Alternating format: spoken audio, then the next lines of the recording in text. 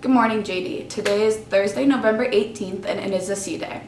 Today there will be representatives from the following colleges in the library: SUNY College at Oswego at 9:30 and Wells College at 10:45.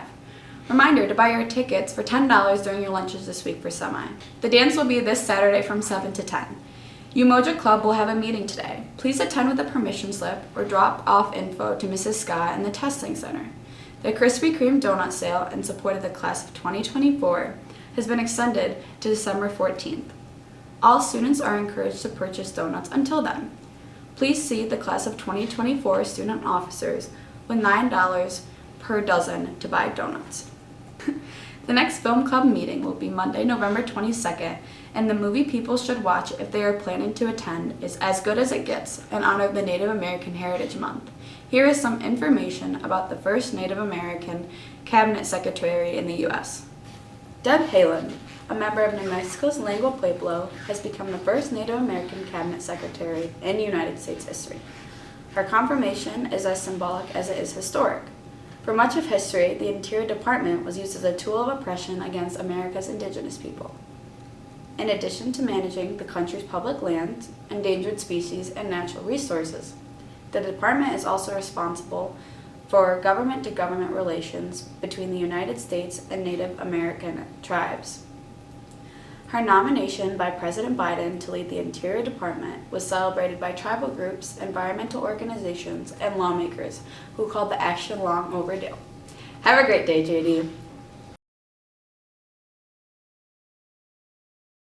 I pledge allegiance to the flag of the United States of America and to the republic for which it stands, one nation, under God, indivisible, with liberty and justice for all.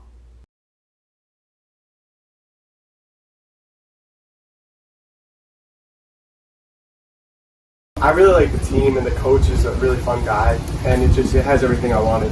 Because volleyball to me is the most fun, and it's what I'm better at than my other two sports. I chose SU because all my life I've grown up going to the Syracuse games, and I've always looked up to them as role models, and I really wanted to be an athlete, and I wanted to play at the highest level of competition that I could. I'm a competitor, and I always wanted to be at the highest level, so playing in the ACC and the Power 5 conference was something that I wanted to do and play against all the top schools in the world, really. So that was one of my dreams, and also my teammates have made this sport very fun for me, and I just never want to give it up. I chose Providence because it had my major and I loved the location, and right when I met the team, it felt like a family and I knew I would fit in well there. I'm continuing to play my sport in college because it pushes me to be a better version of myself every day, and I just love the sport. I chose Winthrop University because of the beautiful campus and because of the family atmosphere on the team. I chose DuVille College because I love how close-knit the community is. I chose Lemoyne College because it's really close to home and it felt like it was the best fit for me. I continued to play my sport in college because I couldn't imagine my next 4 years without being on the field, and it's something I've loved since I was a little girl. I chose to play lacrosse in college because it's something I'm extremely passionate about and I couldn't imagine not playing it. I chose to play lacrosse in college because I played for so long and it makes me really happy.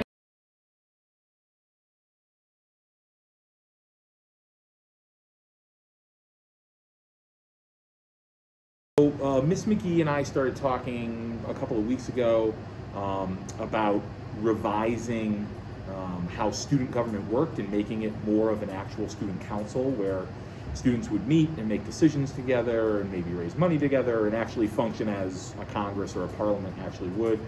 We talked to Mr. Gasparini about the idea, then we started talking to the school-wide slate about the idea, and then we came up with the idea that it shouldn't be handed down from the teachers. It should be a student-driven initiative. So we're going to call a student constitutional convention to write a new constitution to create that new student government.